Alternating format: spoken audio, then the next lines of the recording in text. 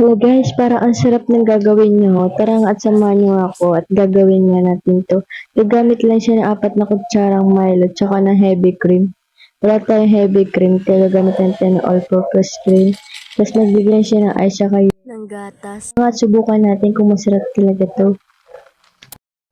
Dito pinamimit natin Milo tsaka Angel at tsaka fresh milk. Tsaka ng ice. Gagawin nga lang natin yung ginawa ng lalaki na naglagay nga lang siya sa glass na 4 na kutsarang Milo.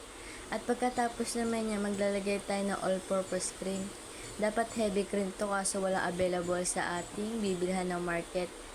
Ni hand mixer ko nga lang ito hanggang maging double yung texture nito.